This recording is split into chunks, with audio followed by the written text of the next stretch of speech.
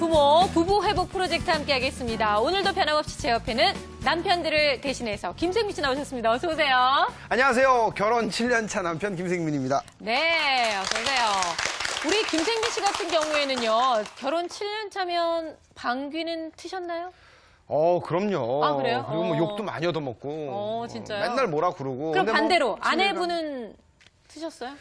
뭐 본인은 아니라고 생각할지 모르지만 워낙 같이 매일매일 있으니까. 들어보셨군요, 소리를. 그럼요. 냄새도? 그럼요. 그래요. 자, 이렇게 10년 차 정도 살아보면 사실 뭐 내 아내, 내 남편에 대해서 모르는 거는 별로 없는 것 같아요. 그런데 너무 많은 걸 알게 되면서 좀 실망하게 되는 경우도 한 10년 차 정도 되면 생기는 것 같은데요. 이렇게 진짜 불시로 아무 때나 그냥 상관없이 방구를 붕붕 껴대는 남편의 모습을 볼 때마다 아휴, 내가 저 사람을 믿고 이제 계속 이렇게 살아야 되나? 더 이상은 애정도 없는 것 같고 매력도 없는 것 같고 뭐 이런 생각 많이 드시잖아요. 진짜 애 때문에 산다는 얘기가 요 결혼 10년 차 때 이제 막 나오기 시작하는 것 같은데 정말 오늘은 이렇게 권태기에 착 접어들게 되는 결혼 10년 차 부부들의 얘기를 좀 나눠보려고 합니다. 선생님, 사실은 결혼 10년 하면 대부분 부부들이 좀 이제 좀 서로한테 지루해지는 그런 때잖아요. 선생님은 결혼하신 지 이제 몇 년 되셨어요? 23년.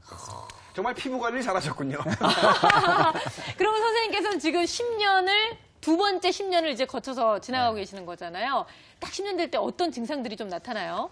첫 번째 10년 힘들었습니다. 제가 정신과 전문의였다가 부부 치료를 하게 된 게 결혼 10년 차 때 우리 부부의 갈등을 겪으면서 이게 그래서 오늘 10년 차 부부를 이렇게 제가 상담을 하면서 그때 생각이 많이 떠올랐는데요. 결혼 10년 정도 되면 어떻습니까? 그 남편은 이제 직장에서 어느 정도 위치를 찾아야 될 그런 상황이고요. 또 아내는 육아에 한 2명의 자녀를 기르면서 굉장히 힘든 그런 상황이었던 거죠. 그래서 남편은 주로 직장에서 이렇게 많이 생활을 보내고 그쪽에 생각을 많이 하게 되고요. 아내는 육아에 이렇게 지치면서 서로가 부부간의 관심도가 많이 이렇게 떨어지게 된다는 거죠. 이 시기가 되면.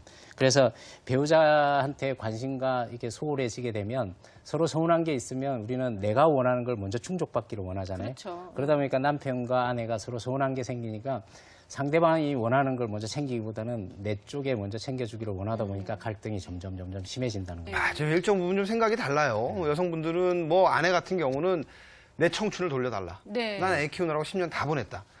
그 남편 입장에서는 난 열심히 일했다. 우리가 어떻게 하루하루를 사고 어떻게 관리비를 내고 어떻게 이게 명절날을 잘 보냈냐 하고 네. 할 말이 너무 많은 거죠. 그러니까 이게 잘해 감싸줘야 돼요, 정말. 그러니까요. 그래요.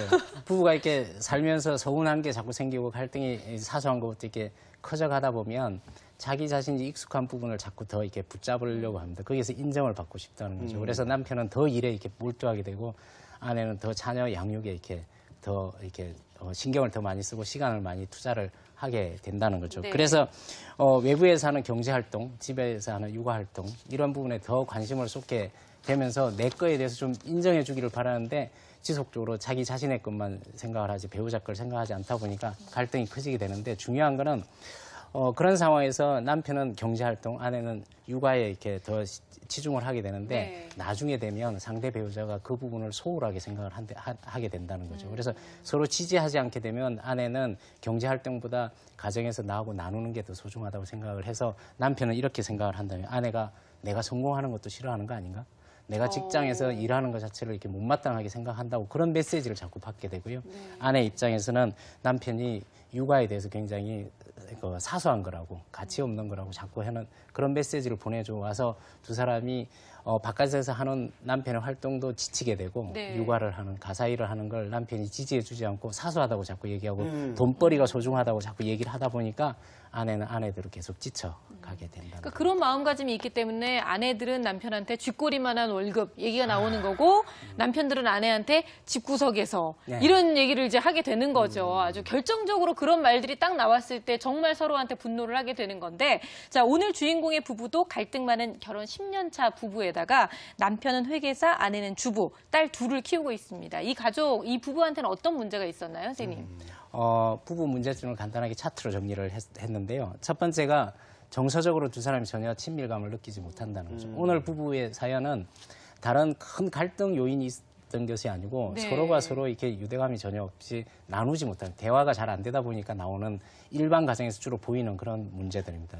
그래서 정서적으로 이별된 상태로 집안에서 같이 살고는 있지만 서로 대화가 잘 안 된다는 거고요. 두 번째는 서로의 다른 점을 인정해 주지 않는다. 그래서 육아나 경제 활동에 대해서 서로 지지하지 않는다는 거고요. 세 번째는 아내는 과거 문제를 자꾸 들춰서 문제로 삼게 된다는 거예요. 그래서 얘기할 때마다 과거에 해결되지 않은 감정을 유사한 상황이 되면 자꾸 드러내게 되고요. 남편은 무책임하게 자꾸 피하기만 한다 하는 그런 갈등 때문에 상담을 시작하게 네. 됐습니다. 지금 원래 어느 이거 가정이나 김민희 씨가 제일 비슷해요. 싫어하는 거잖아요, 3번.